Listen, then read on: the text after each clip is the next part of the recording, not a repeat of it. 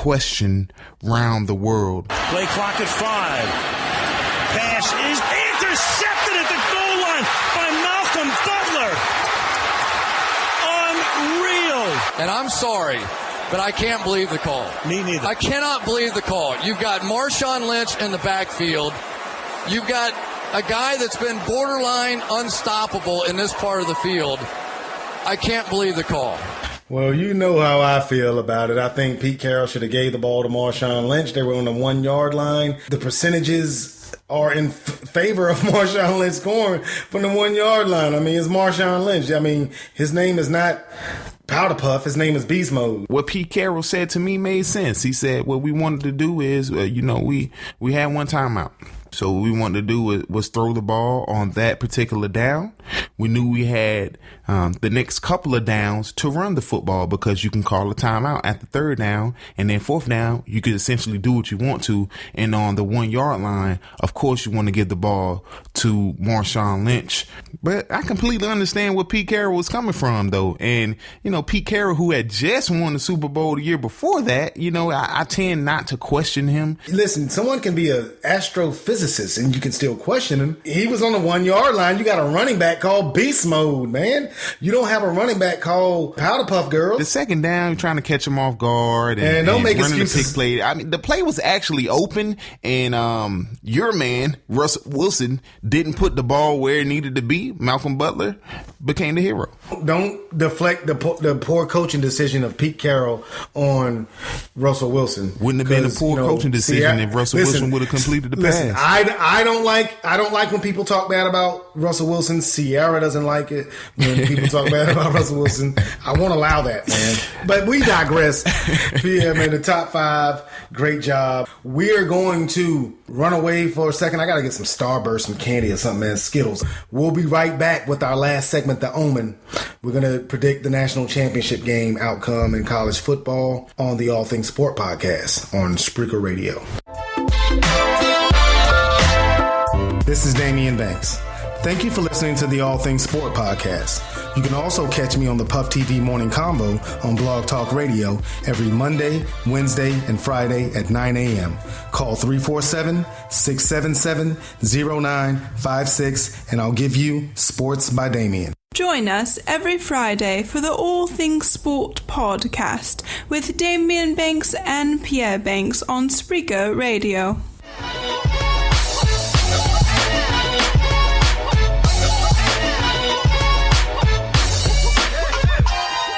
We're back with more of the All Things Sport podcast with Damian Banks and Pierre Banks.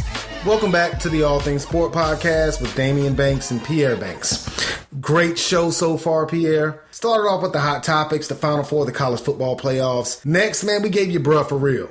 Then we give you our top 5. I'm just good at everything. I'm the best who ever did anything in the world. So I won top 5. Everybody out there listening to the podcast, take to Twitter on this guy. Look us up. I'm at In My Humble. That's in_my_humble and at Sports by Damian, DAIMEON, and use the hashtag All Things Sport. And please let us know who you feel had the better top 5 sports stories of the year 2015, and even leave your top 5, and we'll try to get them on the air next week. It's time for The Omen.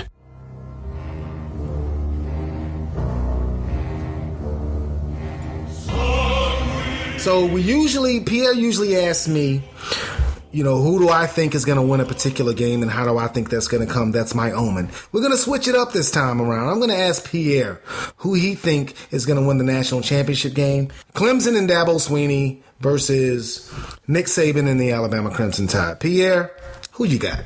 It's not an easy answer. You got the Alabama team that everyone knows will come out and control the line of scrimmage on both sides of the ball. Their front 7 on defense, again, NFL ready. Their offensive line, though, I don't think gets enough credit, and maybe they should have won the Heisman Trophy instead of Derrick Henry, but they've done a heck of a job all season, especially being able to adapt from last year to this year, because last year, completely different offense from what they're doing this year, yet and still they were able to come in this season and do a phenomenal job week in and week out and adapt. Adaptability is what wins games. Adaptability is what wins championships, along with defense, of course. But when you look at the other side, when you look at the Clemson Tigers, head coach Dabo Swinney has got his bunch believing. And when you look at Clemson defense, very underrated. Very underrated. They came into a game against an Oklahoma team who had been putting up numbers, and I mean big numbers, in the past 4 or 5 games that they had played. Of course, they were playing in the Big 12, and again, not a lot of defense being played, but they came into the Orange Bowl and stifled that Oklahoma offense, especially in the second half. I mean, didn't score a point in the second half. Had a couple turnovers that held that offense in check. And then the much publicized Clemson offense with Deshaun Watson, with the Wayne train, and that stable of receivers that is available to Deshaun Watson. I don't think they'll be able to run the ball as effectively as they have been all season. Certainly not as effectively as they did against that Oklahoma defense. But I think where they can have success is not with design runs with Deshaun Watson, but with Deshaun Watson dropping back the pass or taking those shotgun snaps, not seeing what he likes, and then taking off and just making plays. Not even just running down the field, but giving himself enough time for his receivers to run that scramble drill, get open, and catch passes. If you were to look at a weakness on the Alabama defense, of course, it'll have to be the secondary, and it's not fair to compare them to that front seven because, again, those boys look like they need to be playing on Sunday.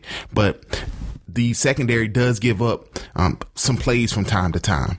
You know, if they're up against a scrambling quarterback, someone who can create some time, then they have a hard time locking down those receivers. Some big plays can be made against them. I don't know that Deshaun Watson will be able to make enough plays, but I think that's the only shot they got. It's just hard to say, man. I mean, how can you go against what Deshaun Watson is doing right now, man? He makes such phenomenal plays that you say to yourself, who can stop him? Well, the Alabama defense is probably able to stop him, but you know, what kind of night will they have? What kind of night will Deshaun Watson have? Will the stage be too big for him? Again, he is just a sophomore. A lot of people forget that. Hadn't taken a lot of punishment this season, has ran the ball a lot, but nobody has really put a hat on him. As my coaches used to tell me, you may get ejected from the game nowadays for putting a hat on somebody. When you're going against that front seven of Alabama and even the secondary, somebody is going to put a hat on you. And how will he respond to that? I don't see him responding all that well. And so I'm going to give the Crimson Tide the edge in a 24-10 ball game. Now, Pierre, you gave a great analysis. I couldn't have said it any better, man. I'm going to make mine short and sweet. My gut says that Alabama with that defensive front is going to stop Clemson from being able to run the ball. They're going to disrupt Deshaun Watson and basically take them out of rhythm on their offense and not going to be able to score on Alabama. Alabama's going to wear Clemson down. Derrick Henry is going to bounce back from his mediocre game in the semifinal against Michigan State, and he's going to have a great game against Clemson. But my heart is going with Dabo. I mean, his name is Dabo, man. I don't even know his real name. What's Dabo's real name? Researchers. Dabo Swinney, full name, William Christopher Swinney. William Christopher Swinney? How do you get Dabo from William Christopher? Shouldn't it be Bill Swinney? I don't know, man. Where do you get Bill from William? I don't know where they get this stuff from, man. I mean, what is that all about? But anyway, I digress. My gut is going with Alabama, but my heart is going with the Clemson Tigers. I got Clemson winning 32-28. I hate to go against Dabo too, man, because, I mean, he's right. Everybody's been picking against him all year to lose, and I like the guy. Like I said, I'm rooting for him. Like I said in earlier in the show, but it's hard to go against Nick Saban, man. It's hard to go against the Alabama front on defense and offense. You know, they're going to have some success running the ball on Clemson, and if they can control that ball, You know football. You control the game. You can win. We know who's going to be right. It's going to be me because I'm the best at everything that was ever invented in the world. So, with that being said, I hope you're right, man. For the sanctity of your pride and your confidence, man. You got to have at least one right because you were dead wrong about Oklahoma. No, I wasn't dead wrong. I didn't think that Oklahoma. Stop saying that. You always want to throw extreme shade on me, man. I never said that Oklahoma was going to beat Clemson. I just felt like Oklahoma deserved to be in the top 4 because they only had one loss and they won their conference. But anyway, we digress. We can argue about this, till the day's end. But our producers is telling us our time is up. Man, thank you all for your continued support. Thank you all for listening. Please subscribe to the channel, like the podcast. If you actually do like the podcast, be sure to go to the In My Humble YouTube channel. Check out our blogs, All Things Sport in My Humble at blogspot.com, Sports by Damien at blogspot.com, and we will continue to put out great content. First show of 2016. I think it was a Ronda rousing success. Love you, Ronda. Every Friday, you can check us on Spreaker.com, the All Things Sport Podcast.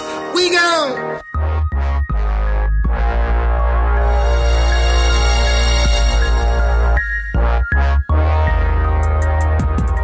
The All Things Sport Podcast with Damian Banks and Pierre Banks on Spreaker Radio.